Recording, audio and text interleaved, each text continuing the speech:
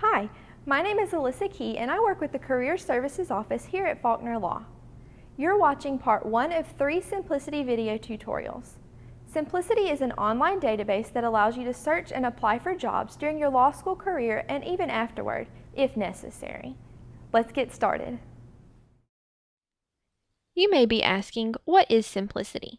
Well, Symplicity is a web-based career services management system which has many functions that allow students to do the following: set up a profile that includes personal, academic, and employment information, upload and store up to 10 documents that are necessary when applying for jobs, such as your resume, cover letter, transcript, and writing sample, search for full-time, part-time, or summer positions, as well as internships and fellowships, and easily submit online applications for on-campus interviewing and resume forwarding.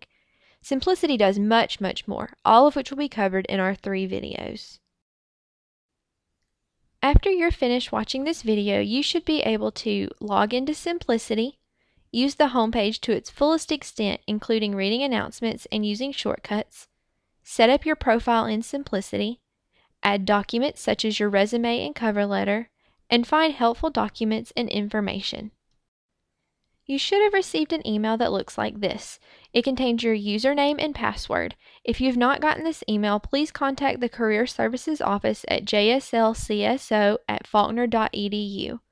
This student's name is Megan. She's a 1L student with no prior experience with Symplicity.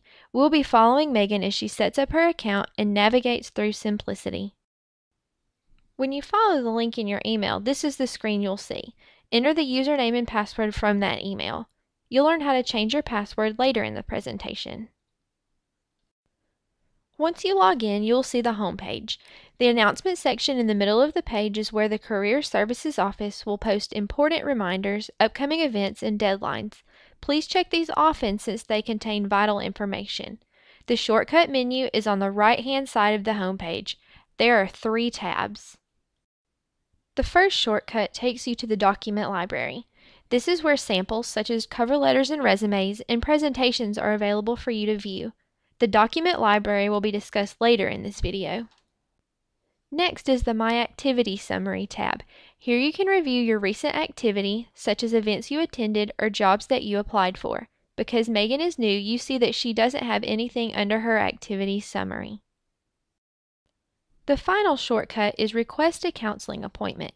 You will notice that there are multiple types of counseling appointments. These will be discussed in the 3rd video of the series. 1L students are required to participate in an initial counseling session during which students are encouraged to have their resume reviewed.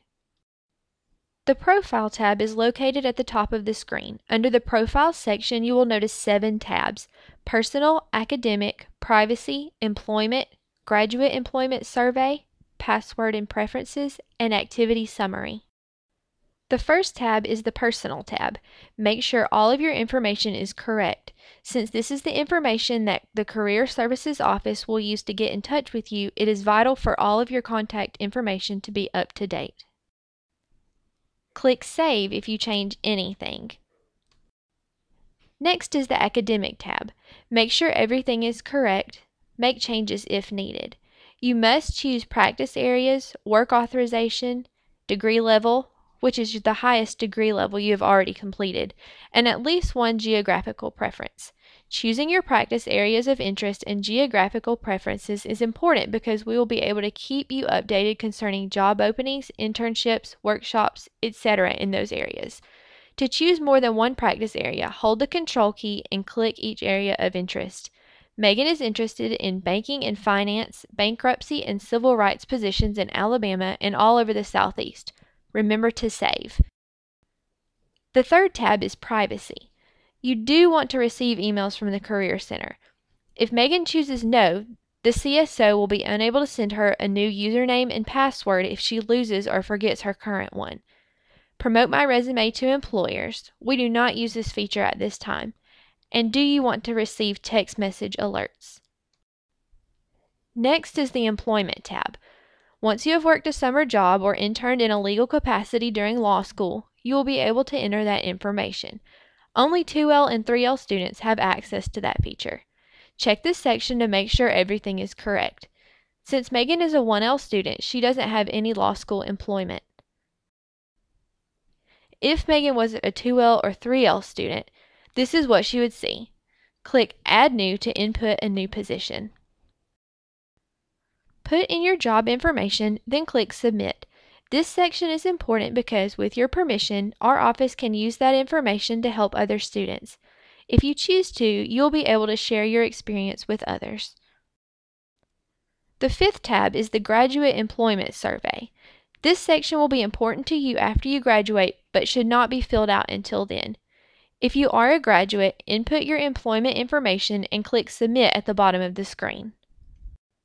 Next is the Password and Preferences tab. This is where you can change your password. You can also change to Accessible mode. This mode is for visually disabled users. The last tab under the Profile section is the Activity Summary. As I stated earlier, in this section you can review jobs that you've applied for or events that you have attended. The next blue tab at the top of the page is the Documents section. There are 3 subsections of the Documents tab: Documents, Opt-in Resume Book, and Document Library. Now that Megan has her profile set up, she can add documents. This is important because these documents are what she will need to apply for jobs.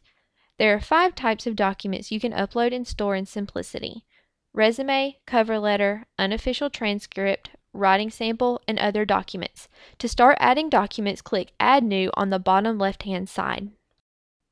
After you click Add New, this is what you'll see. Now you'll need to name the document. Megan is going to start by adding her resume. It's a generic resume, so she's going to name it Megan Wilson Resume. Because it's the first resume she's uploading, this will be the default resume that's included with all applications unless she chooses from a drop-down box to include a different one. Make sure that you give your documents a professional name. Employers can't see what you name your documents, but the CSO staff can. Select the document type. If you're uploading a resume, choose Resume, cover letter, choose Cover Letter, etc. Click the Browse button in the large gray box to find the document you want. Click Submit at the bottom of the screen. Repeat the same process to upload your cover letter, writing sample, transcript, and any other document you might need. Sometimes you will have more than one resume uploaded at the same time, since you may want to tailor your resume to a certain employer. For example, Megan wants to apply for Thomas & Jones LLP. She did some research and knows that their main practice area is bankruptcy. Megan will just upload another resume focusing more on her experience in bankruptcy and entitle it Thomas & Jones Resume or something similar. That way she knows which resume is to be included with her Thomas & Jones LLP application. Notice that the first resume you uploaded has been set as your default resume. That means that this resume will automatically be included with your application unless you select a different one from a drop-down box within the actual application. You can choose which resume is your default by clicking Make Default beside the desired resume. Megan knows that many employers want to see a transcript, so she's going to go ahead and upload one. You will have to scan it in at the lowest resolution. If you need assistance with this or access to a scanner, please visit the library or the Career Services office. Make sure that you choose the correct document type. You can have 10 documents uploaded at a time. If you need to add an 11th document, you'll have to delete one before you can add that extra. As you can see, there is an Opt-in Resume Book tab. However, the CSO does not use this feature at this time. The final tab under the Document section is the Document Library. Here you can find many types of helpful documents and videos. To search for a specific type of document, choose the desired document type from the drop-down menu near the top and click Apply Search. This is a list of the different types of available documents. This PowerPoint presentation and the video tutorial, as well as future tutorials, will be available in the Tutorial section of the Document Library. Important guides for preparing your documents to include with applications can be found under Samples. Etiquette guides, interview techniques, and other important information in presentations recently given by the CSO will be found in Workshop Handouts. Let's review our objectives. After going through the tutorial, you should feel comfortable with doing the following: logging into Symplicity, using the homepage to its fullest extent, including reading announcements and using shortcuts, setting up your profile in Symplicity, adding documents such as your resume and cover letter, and finding helpful documents and information. Remember that this was just part 1 of our 3-part series. Our next video is entitled Symplicity 102, Finding Employment, and the third is called Symplicity 103, What Else Can Symplicity Do? The short video tutorials will help answer questions that you may have about applying for jobs through Symplicity, searching for jobs, setting up appointments, and much more. All of our video tutorials can be found in the document library and on our YouTube channel. The URL for that is on your screen.